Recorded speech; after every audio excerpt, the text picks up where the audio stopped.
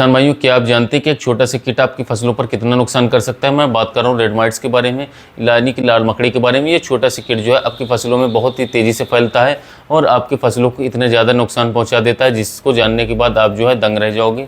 इसको कंट्रोल करना उतना ही ज़्यादा मुश्किल होता है जितना कि इसको पहचानना मुश्किल होता है। आप इसी बात से अंदाज़ा लगा सकते हैं कि लगभग देश के हर छोटे बड़े किसान जो है इस रेड माइट यानी कि लाल मकड़ी से परेशान हो चुके हैं। लेकिन आपको परेशान होने की कोई ज़रूरत नहीं है, क्योंकि इस वीडियो को पूरा देखने के बाद जो है आप इस रेड माइट यानी कि लाल मकड़ी से जो है चुटकी में निपट लोगे।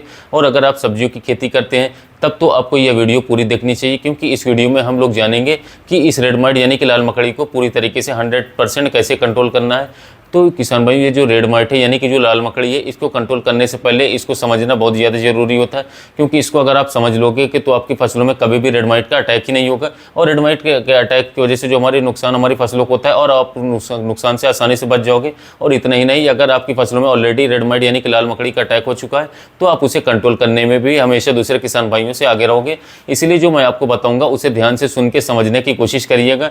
जरूरी पड़े तो वीडियो को बार बार देखिएगा, पर समझिएगा। ऐसा मैं क्यों बोल रहा हूँ ये वीडियो में आपको आगे पता चल जाएगा। तो किसान भाइयों, जो रेड माइट होता है ये ज़्यादातर बात करें तो गर्मियों के दिनों में हमारी फसलों पर अटैक करती है। मतलब जब ठंडी चली जाए और गर्मी आने लगे या फिर आ चुकी हो तो ऐसे समय पर ये हमारी फसलों पर अटैक करती है। और इसके अलावा अचानक मौसम में बदलाव आने पर भी इसका अटैक हमारी फसलों पर देखा जा मिलता है। और कभी कभी तो यह बारिश के दिनों में भी यह अटैक करती है काफ़ी भयंकर रूप से। तो यह ज़्यादातर सब्जी वर्गीय फसलें जैसे कि टमाटर हो गया, बैगन हो गया, बीन्स हो गया, भिंडी हो गया, मिर्च हो गया इत्यादि, इन सब में ज़्यादा देखने को मिलता है। इसके अलावा करेला, लौकी, कद्दू, खरबूज में भी इसका अटैक देखने को मिलता है। स्ट्रॉबेरी, मक्का, खरबूज, तरह तरह की जो फसलें होती हैं बहुत सारी फसलों में ये अटैक करती है।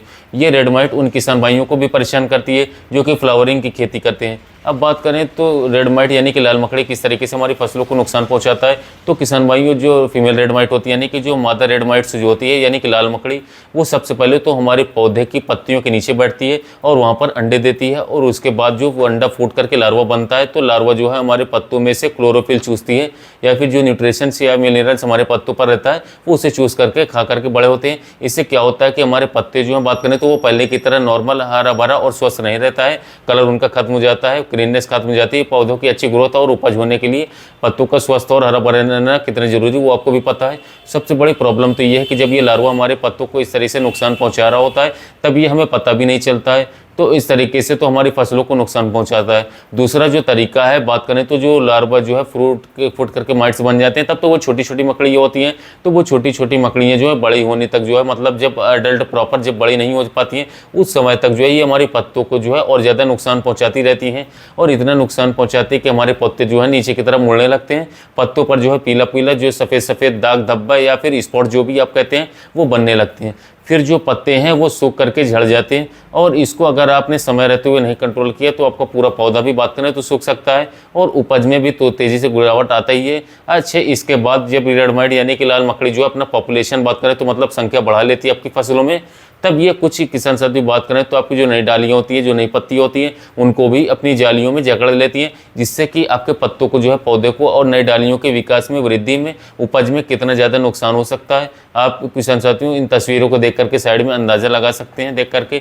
इसके अलावा बात करें तो इसके अलावा कई सारी फसलों पर किसान साथियों और भी तरीके से नुकसान पहुँचाता है। इसलिए मैंने बोला कि जब आप जानोगे कि इसकी वजह से हमारी फसलों को कितना नुकसान होता है तब आप दंग रह जाओगे। यानी कि मतलब आप खुद सोचिए कि इस छोटे से रेड माइट की वजह से हमारी फसल की, पौधे की जो वृद्धि होती है वो इफेक्टेड होती है। पौधे की उपज भी गिरती है, पौधे स्वस्थ और हरा भरा नहीं रह पाते हैं, पौधे सूख जाते हैं, झड़ जाते हैं। पौधे की इस किसान साथी बात करें तो जालियों में जकड़ लेते हैं। तो कितना ज़्यादा नुकसान माइट्स की वजह से हो सकता है हमारी फसलों का, अगर ये रेड माइट को हम समय रहते हुए नहीं कंट्रोल कर पाते। इसीलिए मैं आपको कुछ दवाई और तकनीकों के बारे में बताऊंगा जिसका इस्तेमाल करके आप अपने फसलों से रेड माइट को बहुत ही आसानी से कंट्रोल कर लोगे।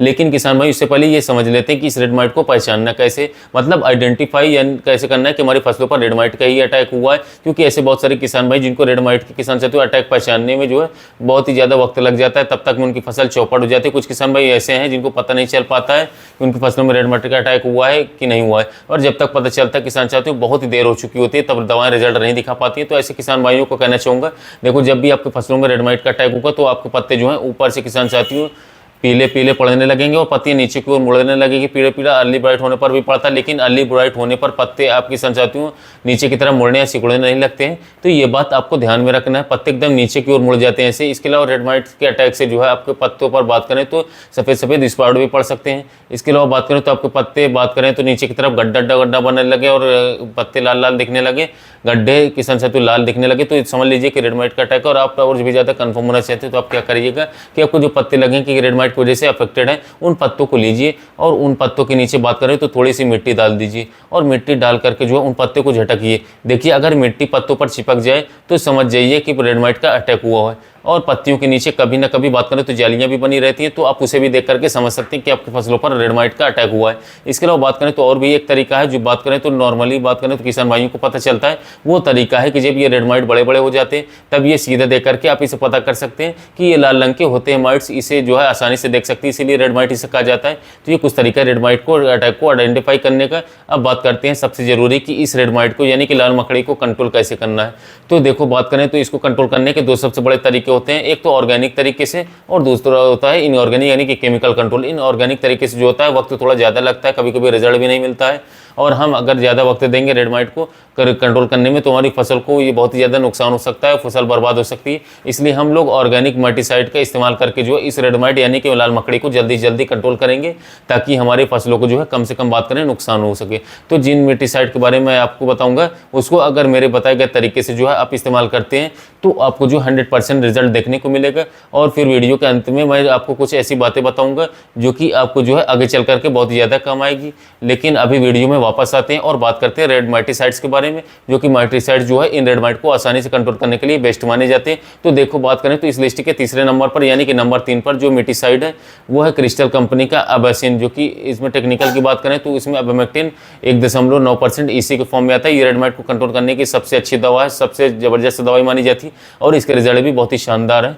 इसमें ट्रांसमिनरल एक्शन भी है जिसके कारण ये पत्तों के नीचे छुपे हुए कीटों को रेड माइट्सों को बहुत ही आसानी से कंट्रोल कर लेते हैं। अगर इसकी डोज की बात करें तो 15 लीटर की पानी की टंकी में जो है आपको 15 ml अबैसिन को घोल करके स्प्रे करेंगे तो आपको बेहतरीन रिजल्ट देखने को मिलेगा। लेकिन एक बात कहना चाहूँगा कि जब भी आप किसी भी प्रकार की मकड़ियों को जो है कंट्रोल करने के लिए किसी भी दवाई का इस्तेमाल करें तो उसके पहले दिन या फिर उसी दिन सुबह को जो है आप ठंडे पानी से जो है पूरे पौधे को अच्छी तरीके से धुलाई करवा दीजिए, वॉश करवा दीजिए। इससे क्या होगा कि जो पौधे पर धूल मिट्टी जमी हुई होती है वो भी साफ़ हो जाएगी और मकड़ियों की जो जालियाँ होती हैं वो भी पौधे से नीचे गिर जाती है। और शाम को जो है इसकी स्प्रे कर दीजिएगा, इससे आपको बहुत ही ज़्यादा फायदा देखने को मिलेगा। और इस ठंडे पानी में अगर आप चाहें तो किसान साथियों सल्फर भी मिला सकते हैं, इससे आपको और भी ज़्यादा फायदा देखने को मिलेगा। अगर बात करें कि सल्फर WDG वाला लें और कितना लेना है तो 200 लीटर पानी में बात करें तो किसान साथियों 200 ग्राम सल्फर लेकर के स्प्रे कर सकते हैं, इतना ही काफ़ी होता है। तो लेकिन एक चीज़ याद रहे हमेशा कि किसान साथियों जब भी आप पानी से जो है सल्फर मिला करके स्प्रे करेंगे, धुलाई करेंगे तो पूरे ऊपर से नीचे तक पौधे को स्प्रे करिएगा और अच्छी तरीके से डीप स्प्रे करके उसको वॉश करिएगा, फिर दवाई का स्प्रे करिएगा, तब आपको ज़्यादा से ज़्यादा 100% रिजल्ट देखने को मिलेगा। और अगर ठंडे पानी ना मिले तो किसान साथियों नॉर्मल पानी से भी आप स्प्रे कर सकते हैं, वहाँ पर हाँ सुबह या शाम के समय करें और उसको अच्छी तरीके से वॉश करना है। ठीक है, अब बात करते हैं दूसरे नंबर पर जो माइटिसाइड होता है उसके बारे में। तो किसान भाइयों दूसरे नंबर पर जो हमने माइटिसाइड रखा है वो है बायर कंपनी का ओबेरॉन। किसान साथियों इसमें जो टेक्निकल आता है वो स्पाइरोमेसिफेन आता है। किसान साथियों काफ़ी शानदार रिजल्ट है इसका। और बात करें किसान साथियों यह जो है ज़्यादातर बात करें तो निम्फ को मारता है, एडल्ट माइट्स को नहीं मार पाता है, पर सबसे ज़्यादा शानदार होता है रेड माइट को कंट्रोल करने में, बात ही काफ़ी अच्छा है और ज़बरदस्त होता है। इसमें भी ट्रांसमिनरल एक्शन आपको देखने को मिल जाएगा। और इसकी जो डेज लेनी है आपको बात करें तो 15 लीटर पानी की टंकी में आपको किसान साथियों 30 ml बायर कंपनी को बोरॉन का लेना है। अगर पौधे छोटे हैं तो 25 ml ही आपको लेना है। अगर आप ऐसा करते हैं तो इससे भी बहुत ही तेज़ और बहुत ही बेस्ट रिजल्ट मिल जाएगा माइट्स को कंट्रोल करने में। अब बात करते हैं नंबर 1 दवाई के बारे में जो कि माइट्स को कंट्रोल करने के लिए बहुत ही बेस्ट माने जाते हैं। तो वो दवाई है बात करें तो बायर कंपनी का किसान साथियों मोमेंटो एनर्जी। इसमें भी आपको ट्रांसमिनरल एक्शन देखने को मिल जाएगा।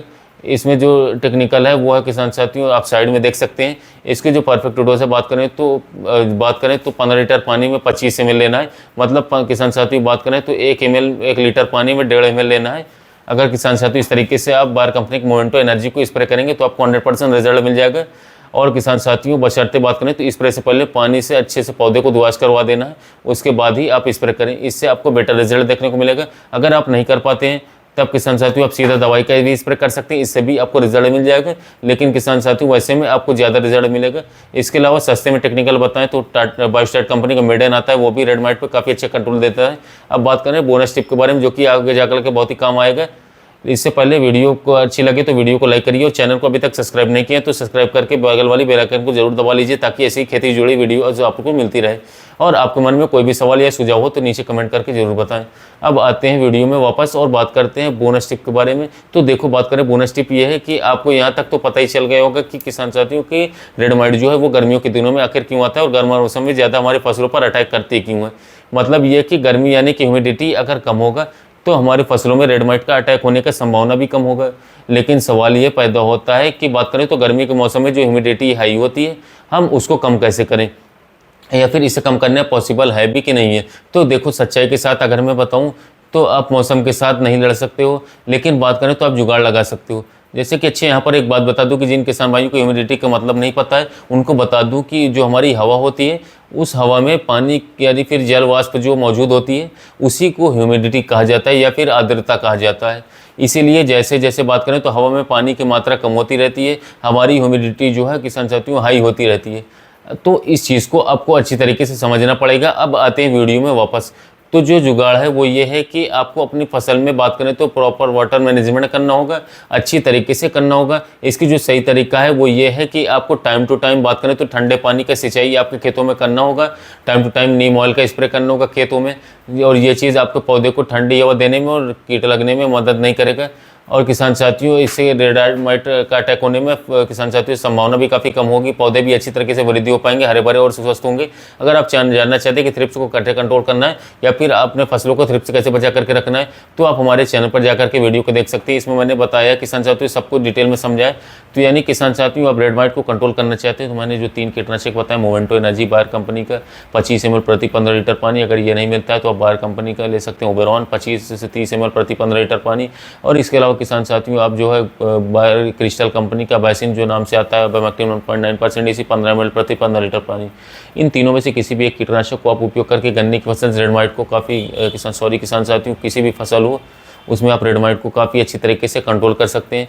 इसके अलावा बात करें तो रेड माइट को कंट्रोल करना थोड़ा मुश्किल होता है, पर आप हफ्ते में यानी कि 1 हफ्ते का गैप रख के 2 बार स्प्रे करेंगे तो काफ़ी अच्छी तरीके से रेड माइट खत्म हो जाएंगी।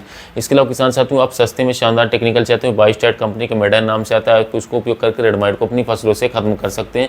तो किसान भाइयों या रेड माइट को कंट्रोल करने के बारे में संपूर्ण जानकारी। तो वीडियो अच्छा लगा हो तो चैनल को सब्सक्राइब करें, वीडियो को लाइक करें।